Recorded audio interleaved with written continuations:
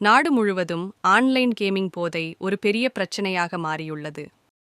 Online சூதாட்டத்தால் தற்கொலை செய்து கொள்பவர்களின் எண்ணிக்கை அதிகரித்து வருகிறது. தமிழ்நாட்டில் மட்டும் ஆன்லைன் சூதாட்டத்துக்கு அடிமையாவோர் எண்ணிக்கை அதிகரித்துள்ளது. அதன் காரணமாக தற்கொலை செய்து கொண்டு சுமார் 48 பேர் இறந்துள்ளனர். அவர்களில் சிலர் 13 முதல் 14 வயது சிறுவர்கள். 2 நாட்களுக்கு முன்பு 17 வயது சிறுவன் தற்கொலை செய்து கொண்டான். தமிழக அரசு நிலைமையின் தீவிரத்தை புரிந்து கொள்கிறது.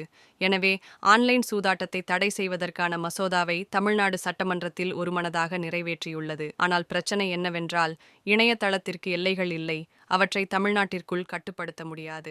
மத்திய அரசு அதை தடை செய்ய முடிவு செய்தாலொழிய விளம்பரங்கள் தடையின்றி எல்லா இடங்களுக்கும் வந்து சேர்ந்துவிடும். அரசாங்கம் ஒழுங்குமுறை அல்லது சட்டத்தை திறமை விளையாட்டுக்கும் வாய்ப்பு விளையாட்டுக்கும் இடையில் எவ்வாறு வேறுபடுத்தி காண்கிறது என்று நான் மாண்புமிகு அமைச்சரிடம் கேட்க விரும்புகிறேன். இந்த என் பிரச்சனையை எங்கள் மாநில அரசு மிகவும் தீவிரமாக எடுத்துக்கொண்டு தீர்க்கமான நடவடிக்கைகளை எடுத்துள்ளது. இருந்தாலும் தற்கொலைகள் தொடர்கின்றன.